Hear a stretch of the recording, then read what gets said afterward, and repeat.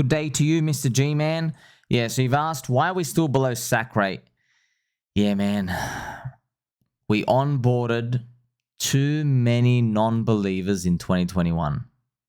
That was it. The price went up too high. Richard Hart made too many people capitulate to buy into the sacrifice. People who hated him, despised him, many of them, their own words. They said, well, you know, I'm going to dump this Ponzi on you guys anyway. That's what everyone was saying. I wasn't paying attention to that stuff back then. It was just such a big mania.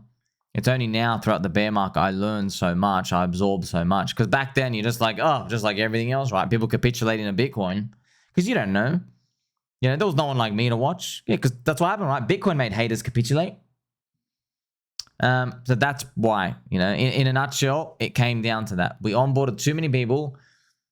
They missed out on Hex. And actually what happened is, yes, they made the price effectively go up too high. The supply was too heavy for Pulse and PulseX.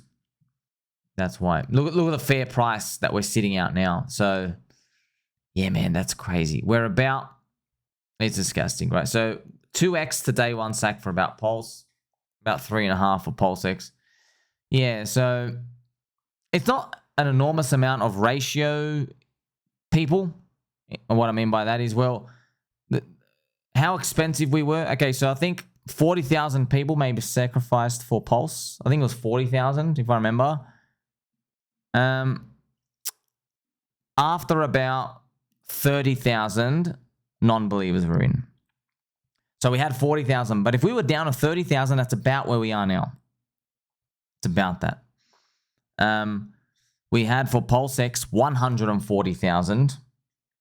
Yeah, that was rough as well. So about 70,000 weak hands were in that one. About 50 to 70,000. So yes, if Pulse, remember, had 40,000, if it only onboarded like, you know, 30,000, we would have been okay. And for PulseX, we onboarded 140,000. If we only had about, you know, like 80,000, it would have been okay. So, man, those wallets, yeah, there was a lot of big hands as well. It's not like $10 accounts. You know, you had like Dick Cherry, a lot of these other people, they shouldn't have been in. But yeah, that's pretty much it. So now you learn for the future, when it comes to this game and just speculation markets and cycles, all these stuff, it's not about how good the product is or who the leader is or what you feel or what I feel. It's not about that. It's about who else is in with you. So we learned that, right? You can have the best product in the world, man. If you got Ty Lopez and the Hawk Tour Girl and Jim Cramer who are along with you,